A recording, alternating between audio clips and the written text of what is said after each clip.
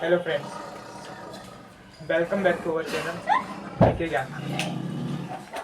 आज हम लोग जिसमें आपको बहुत ज़्यादा दिक्कत रहती है, जैसे ग्रामर तो हर कोई पढ़ता है, ग्रामर बहुत लोग पढ़ते हैं, लेकिन जो लिटरेचर आपकी जो प्रोज वाला जो आपका वो रीडर रहती है वो आप लोग बहुत ही कम पढ़ते हैं। सोचते हैं कि उसमें उससे ज़्यादा क्वेश्चन आते नहीं है, तो उसको पढ़ने का कोई फ़ायदा भी नहीं है, कोई भी फ़ायदा नहीं है उसको पढ़ने का।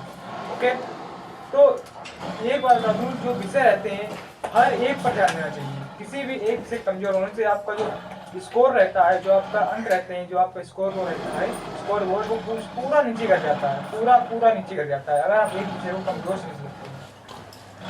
तो उसी लिटरेचर का जो लिटरेचर में कितने पार्ट होते हैं? तीन: प्रोज, पोएट्री, सप्लीमेंट्री।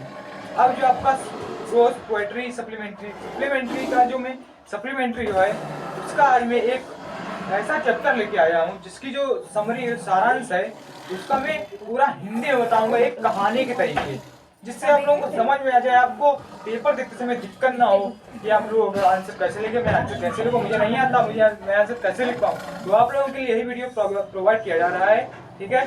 तो आप लोग इसको समझिए। ओके, तो tiger king, the tiger king. तो जो टाइगर किंग था वो प्रतिबंधपुरम में एक था राज्य, उसका एक राजा था। प्रतिबंधपुरम का राजा, प्रतिबंधपुरम का राजा था। जब उसका जन्म हुआ था तो जो वहाँ के एस्ट्रोलॉजर्स थे, उसके राज्य के जो एस्ट्रोलॉजर्स थे, ज्योतिष थे, जो वहाँ पर पंडित थे, उन्होंने बताया, उसकी भविष्यवाणी की कि तुम बहुत ही ज़्यादा पराक्रमी राजा बनोगे, शक्तिशाली राजा बनोगे, न्यायप्रिय राजा बनोगे, न्यायप्रियता आप में कूट कूट के भरी है, आप बहुत ही अच्छे राजा बनोगे। लेकिन जो वो प्रतिबंधपुरम का जो राजा था, द टाइगर किंग, उसने कहा किसी ना, जब मैं पैदा यहाँ पर मैंने जन्म लिया है प्रतिबंधपुरम में, तो किसी ना किसी दिन मुझे मरना भी है। तो उसने ये पूछा कि मेरी मृत्यु किस कारण होगी, मेरी मृत्यु के बारे में बताइए, मैं किसके कारण मैं मृत्यु से किसके कारण मैं मृत्यु को प्राप्त होऊंगा, किसके कारण मैं स्वर्गलोक को जाऊंगा। तो एस्ट्रोलॉजर एक बार तो चकित हुए कि अक्षर से पूछा कि अभी तो इसका जन्म हुआ, अभी थोड़ा देर बाद पूछने लगा कि मेरी मृत्यु कैसे होगी। तो उन्होंने बताया, जो एस्ट्रोलॉजर वहाँ की ज्योतिषी थे, उन्होंने कहा कि आपकी मृत्यु का कारण बनेगा एक बाघ। कौन बनेगा उसका मृत्यु का बाघ? जो टाइगर किंग था उसकी मृत्यु का बाघ जो कारण था, ऑन अकाउंट कारण, वो था टाइगर। तो एस्ट्रोलॉजर ने बताया, ज्योतिषी ने बताया कि आपकी जो मृत्यु का कारण बनेगा वो होगा एक टाइगर, यानी एक होगा बाघ, खूंखार बाघ होगा, वही आपका जो आपकी मृत्यु का कारण बनेगा। तो उसके दिमाग में ये बात घूमती रही और समय के साथ पता चलता रहा, वो लगातार शक्तिशाली और बड़ा लंबा होता चला गया। राजा बहुत ही शक्तिशाली बन गया, बहुत ही न्यायप्रियता से न्याय करने लगा, और 20 वर्ष की आयु में वह उसे राजमुकुट पहना दिया गया और उसको राज सौंप दिया गया कि आप इस राज्य को अच्छे से संभालिए और अच्छे से न्याय कीजिए। तो अब राजा तो बैठ गया, लेकिन जब राजा बैठ गया, पराक्रमी हो गया था, 20 वर्ष की आयु पूरी कर चुका था, लेकिन जब राजा बन चुका था प्रतिबंधपुरम का, तो उसके मन में थोड़े दिन बाद एक बात घूमने लगी, उसके दिमाग में एक बात घूमने लगी। उसी को उसके बात कौन सी थी? वो बात थी आपकी, जो एस्ट्रोलॉजर ने बताया था कि उसकी मृत्यु होगी एक बाघ के कारण। जो बाघ होगा उसके कारण उसकी मृत्यु होगी। उसका कारण कौन बनेगा? एक बाघ। तो वो ऐसे करता रहा, उसके दिमाग में बात घूमने लगी। तो एक दिन उसने सोचा क्यों ना शिकार खेलने चला जाए। तो वो गया शिकार खेलने के लिए और शिकार खेलता रहा। फिर थोड़ी देर बाद उसने इतना पराक्रमी हो गया था, उसने अंग्रेजी गाय का दूध पिया था, ठीक है? और जो अंग्रेज थे उन्होंने पढ़ाया था, अंग्रेजी फिल्म भी दिखाई गई थी उसे। 20 वर्ष की आयु में बैठ गया राजगद्दी पर। अब वो गया भाई शिकार खेलने के लिए वो गया। जब शिकार खेलने के लिए वो गया तो आपको समझ में आ रही है कि नहीं, ये बताइए पहले, ठीक है? चलिए, अब जब वो शिकार खेलने गया तो उसने अपना धनुष बाण साधा और एक टाइगर पर, एक बाघ पर अपना निशाना लगाया, लेकिन वह जो उसका वार था वो चूक गया और टाइगर ने उस पर हमला कर दिया। तब भी वो पराक्रमी राजा इतने निहत्थे उस बाघ से लड़ा और उस बाघ को मार गिराया। तो वो तो बाघ समाप्त हो गया, उसका जो उसके जो आखिरी मतलब जो पहला बाघ था उसको उसने समाप्त कर दिया। अब बात आती है बाघ के शिकार की शुरुआत कहाँ से हुई? पहला शिकार तो वहां से, उसके बाद शुरुआत कहाँ से हुई? तो महाराजा ने अपने जो उसके प्रतिबंधपुरम के राजा थे, उन्होंने घोषणा कर दी पूरे राज्य में कि कोई भी किसी भी बाघ को नुकसान नहीं पहुंचाएगा। अगर किसी ने भी बाघ के एक पत्थर भी मार दिया, एक बाण ही मार दिया, एक पत्थर ही मार दिया, तो उसकी कोई संपत्ति है, उसकी दौलत है, उसकी धन है, उसकी समृद्धि सब कुछ जब्त कर ली जाएगी, पूरी को आ जाएगी। किसमें? राज्य के अंडर आ जाएगी। राज्य के अंडर कवर को राजा अपनी संपत्ति को मानकर उनसे छीन लेगा। तो भाई सभी लोग डर गए, किसी ने भी बात को नुकसान ना पहुंचाया, ना उसे पत्थर मारते थे ना कुछ, एक यहाँ तक कि कोई उसे भगाता भी नहीं था। तो ऐसा हो गया। ठीक है, अब राजा की बात टोटल है तो सबको माननी पड़ती है, जो प्रजा होती है उसको राजा की बात माननी पड़ती है। तो राजा वो कुछ भी कर सकता है, प्रजा के साथ कुछ भी कर सकता है। तो उनकी बात मानी गई और प्रजा ने किसी को बात को छूने की ना छुआ। ठीक है, अब जो अब राजा था वो अपनी खोज में राजा को कई खतरों का सामना करना पड़ा। जो उसकी खोज थी उसमें राजा को बहुत ही ज्यादा कठिनाइयों का सामना करना पड़ा। जब एक बार गोली का निशाना एक बार और चूक गया, तब एक बार बाघ जो था उसने उस पर छलांग लगाई और अपने निहत्थे एक जानवर ने लड़ना पड़ा, निहत्थे हाथों से एक जानवर से लड़ना पड़ा। प्रत्येक बार महाराजा की जीत हुई। मतलब उन्होंने जितने भी बाघ मारे, कहीं कभी तो मर जाता बाढ़ से, कभी नहीं मरता, तो उन्होंने निहत्थे ही उस बाघ को खत्म कर देते, मार डालते, मृत्यु को उसको प्राप्त कर देते। तो इस तरह राजा की तो जीत होती गई, राजा की जीत हो रही थी, लगातार जीत हो रही थी बाघ को मारते हुए, लगातार उसकी विजय हो रही थी, वो परास्त नहीं हो रहा था कभी भी। राजा कोई बाघ ने उसको नुकसान नहीं पहुंचा पाया। इस तरीके से उसकी विजय होती रही। अब बात आती है महाराजा को अपने राज्य को खोने का खतरा महसूस होना। एक जो राजा था उसे महसूस होने लगा कि वो अपने राज्य को खो देगा, अपनी जो उसकी उसका जो विस्तार है, जो राज्य है, उसका राज्य विस्तार है, उसको खोने वाला है, उसको खो देगा। तो एक उच्च कोटि का ब्रिटिश अधिकारी बाघों का शिकार, एक उच्च कोटि का ब्रिटिश अधिकारी बाघों का शिकार करने की इच्छा से प्रतिबंधपुरम आया। यानी जो एक उच्च कोटि का ब्रिटिश अधिकारी यानी विदेशी अधिकारी था, वो बाघों का शिकार करने के लिए, टाइगर का शिकार करने के लिए, हंटर करने के लिए, किल करने के लिए वो प्रतिबंधपुरम आया। उसने सोचा कि चलते हैं वहां और टाइगरों के शिकार करते हैं, मजा आएगा, खूब मस्ती करेंगे और एंटरटेनमेंट होगा सभी का। लेकिन उसे अपने शिकार के साथ तस्वीर खिंचवाने का बहुत शौक था। जो ब्रिटिश अधिकारी था उसे बहुत ज्यादा ही शौकीन था, बहुत ही ज्यादा शौक था उसको। जब किसी को बाघ को मार डालता, किसी भी बाघ को धनुष से मार देता, गोली से मार देता, तो उसे उसी बाघ के साथ फोटो खिंचवाता था, सेल्फी लेता उसी बाघ के साथ और फोटो खिंचवाता था। बहुत ही बड़ा शौकीन था इस बात का कि वो हर एक अपने शिकार के साथ फोटो खिंचवाना बहुत ही ज्यादा पसंद करता था। महाराजा दृढ़ निश्चय थे, वो दृढ़ निश्चय थे, बहुत ही दृढ़ता पूर्वक, बहुत ही दृढ़ निश्चय राजा प्रतिबंधपुरम के द टाइगर किंग। अब बात आती है, देखिए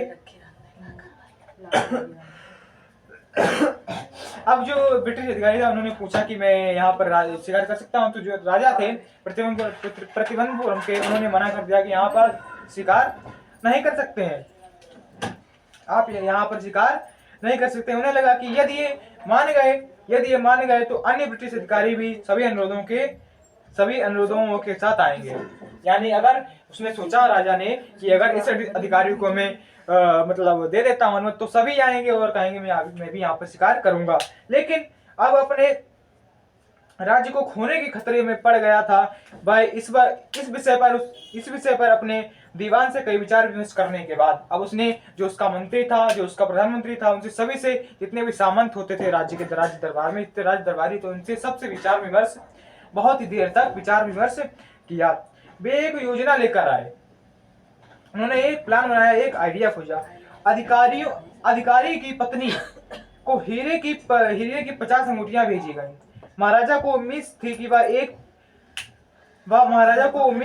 एक या 2 अंगूठियां ही चुनेगी, लेकिन लालची महिला ने सारी अंगूठी रख ली और रिश्वत की कीमत उन्हें 3 लाख रुपए पड़ी। लेकिन उनका राज्य बच गया। सुनिए, उन्होंने जो राजा थे उन्होंने सामंतों के साथ, दरबारियों के साथ एक विचार विमर्श किया फिर विचार विमर्श करने के बाद उन्होंने प्लान सोचा बढ़िया सा, बहुत ही भयानक आइडिया था उन्होंने सोचा कि जो ब्रिटिश अधिकारी की जो पत्नी है उसको रिश्वत दी जाए। तो उन्होंने 25 लाख 30 लाख जो भी मुद्रा थी उनको भेजा गया और हीरे की अंगूठी साथ में उनको भेजी गई। तो उन्होंने सोचा कि जो वहाँ की उनकी पत्नी होगी वो 2-3 अंगूठी चुनकर ऐसे छोड़ देगी सब, लेकिन वो इतनी लालची औरत थी कि इतनी लालची उनकी पत्नी थी अधिकारियों की, इतनी लालची थी कि उन्होंने सारी अंगूठियां अपने पास रख ली, सारी अंगूठियां अपने पास रख ली। ये तो हुआ, राजा को नुकसान तो हुआ, राजा को बहुत नुकसान हुआ, लेकिन राजा ने सोचा कि अगर नुकसान तो हुआ है तो मेरा राज्य बच चुका है, मेरा राज्य बच गया है। ठीक है, अब देखिए अब क्या हुआ। अब जो शेष बाघ थे, शेष बाघ को जो उसने कैसे मारा, जो राजा था बाघ का उसने कैसे मारा। राजा ने लगभग 77 बाघों को खत्म कर दिया। 77 बाघ थे जो थे, उन्होंने 77 बाघों को समाप्त कर दिया, यानी खत्म कर दिया था। अब उन्होंने अपने मंत्री से, सामंत से कहा, प्रधानमंत्री से कहा कि देखिए जाके अपने जो राज्य पड़ोसी राज्य हैं उनमें देखिए जाके कि कौन कौन से जो राज्य है उनमें बाघ पाए जाते हैं, कौन कौन से राज्य में बाघ है। उन्होंने कहा जिस भी राज्य में बाघ हो उसके जो वहाँ का राजा उसके राजपुरा में जाइए और मेरा के उसके उस देश के उस राज्य के राजकुमारी से विवाह करने के लिए उनसे कहिए। वो मान जाते हैं। फिर जब भी राजा जाता था अपने ससुर मिलने के लिए तो वो 4-5 बाघों को हमेशा खत्म करके आता था। जब भी आता था अपने ससुराल तब भी 4 या 5 बाघों को खत्म करके आता था। इस तरह वो करते करते उसने 99 बाघों को खत्म कर लिया। अब 99 बाघ खत्म होने के बाद उसने मार दिया 99 बाघों को। अब 99 बाघ मरने के बाद अब उसको बाघ नहीं मिल रहे थे, किसी भी राज्य में बाघ नहीं मिल रहे थे, कोई भी बाघ उसको किसी भी राज्य में नहीं मिल रहा था, कोई भी नहीं मिल रहा था। तब एक तरीके से निराश हो गया, बेचारा उदास हो गया, सैडनेस हो गया, उसके चेहरे पर उदासता छाई हुई थी। लेकिन तभी एक खबर आई कि पहाड़ी इलाके में एक बाघ को देखा गया है। पहाड़ी इलाके में एक बाघ को देखा गया है। महाराज जो थे उन्होंने इस खबर को सुना। महाराज ने जब इस खबर को सुना तो चौंक गए और उन्होंने कहा जल्दी से मेरा धनुष लेके आओ, मेरे हथियार लेके आओ, मैं उस बाघ को भी समाप्त कर दूंगा। देखिए 99 बाघ को समाप्त करने का जो उनका उद्देश्य वो क्या था। जो एस्ट्रोलॉजर थे, ज्योतिषी थे, उन्होंने कहा था आप जो 100वां बाघ होगा वो आपको खत्म करेगा, यानी जो 100वां बाघ होगा वो आपकी मृत्यु का कारण बनेगा। जिस प्रकार जो वो वासुदेव जी का जो पुत्र था 8वां, वही कारण बना था कंस की मृत्यु का। उसी प्रकार एस्ट्रोलॉजर ने बताया कि महाराजा आपकी जो मृत्यु का कारण बनेगा वो होगा 100वां बाघ जो होगा वही आपकी मृत्यु का कारण बनेगा। अब जो राजा था उन्होंने जहाँ पर जिस गांव के पहाड़ी इलाके में बाघ को देखा गया था वहां के लिए चल दिए और सभी सामंतों के साथ वहां के लिए रवाना हुए, वहां चल दिए। अब उन्होंने निशाना लगाया। जब उन्होंने निशाना लगाया तो ऐसा लग रहा था कि बाघ ने स्वयं को छिपा रखा हो। अब उनको जैसे लग रहा था कि बाघ को अपने आप को छुपा लिया, कहीं पर पहाड़ियों में कहीं पर छिपा के रख लिया है। ठीक है, समझ में आ रहा है कि नहीं। पूरी स्टोरी बहुत ही बेहतरीन तरीके से बता रहा हूँ, इसको समझते चलिए, क्योंकि अगर आप हिंदी जानते हैं, स्टोरी कहानी जानते हैं, लेसन की कहानी पढ़ चुके हैं, जानते हैं, तो आप आसानी से उस क्वेश्चन का जो आंसर है हिंदी में अगर आपको आता तो हिंदी से इंग्लिश में ट्रांसलेट करके लिख सकते हैं। तो चलिए इसको छोड़िए, आप लोग देखिए कि समरी क्या इसकी रहती है। तो चलिए कहाँ तक हो गया था। राजा जब गया वहां पर पहाड़ी इलाके में तो उसने देखा जो बाघ था वो छुपने की कोशिश कर रहा था, मतलब अपने आप को छुपाने के बहुत ही ज्यादा प्रयत्न कर रहा था। उन्होंने आदेश दिया कि भूमि का रंगो दोगुनी ओर से घेर लो, सभी ओर से उनको जो भूमि थी, पहाड़ी इलाका जो था, उन्होंने कहा उस भूमि को चारों तरफ से घेर लीजिए। अब जो दीवान था उन्होंने चेतावनी देने की कोशिश की। देने की कोशिश की कि ऐसा तरीका है आपका, ऐसा तरीका है विचार विनाशकारी सिद्ध हो सकता है। जो आपका तरीका है उसको पूरे जो बाघ है, जो पहाड़ी इलाका जहाँ पर बाघ छिपा हुआ है, इसे ये बाघ है इसको घेर लिया जो राजा के सैनिक थे उन्होंने। तो उनका जो सामंत था, उनका दीवान था, उनका जो वो प्रधानमंत्री था, उसने कहा ये जो आप प्लान बना रहे हैं, आपको ये जो आइडिया मिला है, ये आपने जो आइडिया खोजा है, ये आपके लिए बहुत ही ज्यादा विनाशकारी हो सकता है, विनाशकारी हो सकता है। लेकिन अब राजा को तो मारना था, राजा ने तो उसको मार दिया, राजा ने मार दिया, लेकिन बाघ मरा नहीं। जब राजा उसको लेकर आ रहे थे अपने महल में, जब राजा उसको जब लेकर आ रहे थे उसको महल में, तो राजा जो बाघ था वो जिंदा था, मरा नहीं था पूरे तरीके से, वह नहीं मरा था। तब जो राजा के सैनिक थे उन्होंने घेर तो लिया उसको, बाघ को। अब उसको जब राजा ने मार दिया, राजा ने जब उस अपनी जो गोली थी उसको छोड़ा, अपने जो गोली चलाई, बंदूक चलाई, तब जो गोली थी वह जो बाघ था उसके पास से निकल कर चली गई। ये बाघ है तो यहाँ पर से गोली निकल गई, उसके डर से जो बाघ था, टाइगर था, बेहोश हो गया। अब राज्य वहां बाघ के सैनिक सामंत थे, उन्होंने देखा जाके उसको, बाघ को देखा जाके, तो उन्होंने सोचा कि ये तो मर गया है। अब जब उन्होंने और जाके पास देखा तो उन्होंने देखा कि ये अभी जीवित है, सिर्फ बेहोश है। लेकिन अगर वो राजा को बताते कि आपका जो निशाना है वो आपका चूक गया है, आपने सही से मार नहीं पाया उसको, अब वो नहीं मरा है, तो उन्हें ये डर था कि कहीं मेरी नौकरी न चली जाए। तो राजा को नहीं बताया गया। राजा ने फिर उस सैनिकों को आदेश दिया कि आप लोग बहुत ही शानदार जुलूस के साथ इसको अपनी राजधानी में लेकर आइए, अपने राज्य में इसको लेकर आइए।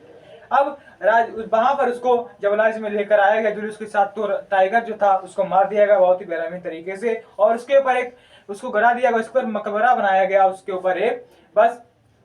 फिर उसके बाद क्या था, राजा इतने आनंद से भरपूर हो गया था, वह किसी भी और ध्यान नहीं दे रहा था। अब उसका जो बेटा था उसका 5वां जन्मदिन, चौथा जन्मदिन आ गया था। अब राजा ने सोचा क्यों ना इसे कुछ खास दिया जाए, बहुत ही ज्यादा इसे कुछ खास दिया जाए। तो उन्होंने मेले में गए, उन्होंने उस एक बढ़ई था उससे एक टाइगर बनवाया था, एक बाघ बनवाया था जो बहुत ही अच्छे तरीके से तराशा गया था। अब जो बाघ था उसमें उसके ऊपर बहुत ही खपच्चियां निकली थी, कील टाइप में खपच्चियां ऊपर निकली थी। जब एक दिन जो राजा थे प्रतिबंधपुरम के, वो खेल रहे थे उस अपने लड़के के साथ, जो उसके पास टाइगर था, उसकी जो एक कील थी उसके राजा के हाथ में लग गई, और राजा ने उस पर ध्यान नहीं दिया। धीरे धीरे उसके हाथ में संक्रमण फैलता गया और पूरे शरीर में हो गया, और जब संक्रमण फैल गया तो एक दिन राजा बहुत ज्यादा बीमार हो गए, और बीमार होने के दूसरे दिन राजा की मृत्यु हो गई। तब जो ज्योतिषी थे उन्होंने कहा, देखा जो भविष्यवाणी की गई थी वह सत्य सिद्ध हुई। तो इस प्रकार ये जो आपका टाइगर की चैप्टर है भाई कल्कि, इनके द्वारा लिखा गया, ये इसकी जो लेसन था उसकी एक समरी थी। तो इस प्रकार आप किसी भी क्वेश्चन का आंसर लिख सकते हैं, तो इसका भी आप लोग आंसर आई होप लिख सकते हैं। चलिए, अगर वीडियो अच्छी लगी हो तो लाइक, सब्सक्राइब, कमेंट जरूर करिए। चलिए, और फिर और इसी भी समरी देखने के लिए और किसी लेसन की आपको अगर चाहिए तो कमेंट में जरूर बताइए, या तो हमारे टेलीग्राम चैनल में आप लोग मैसेज कर दीजिए, बता दीजिए, उसमें आप लोगों को मिल जाएंगे। चलिए फिर, धन्यवाद।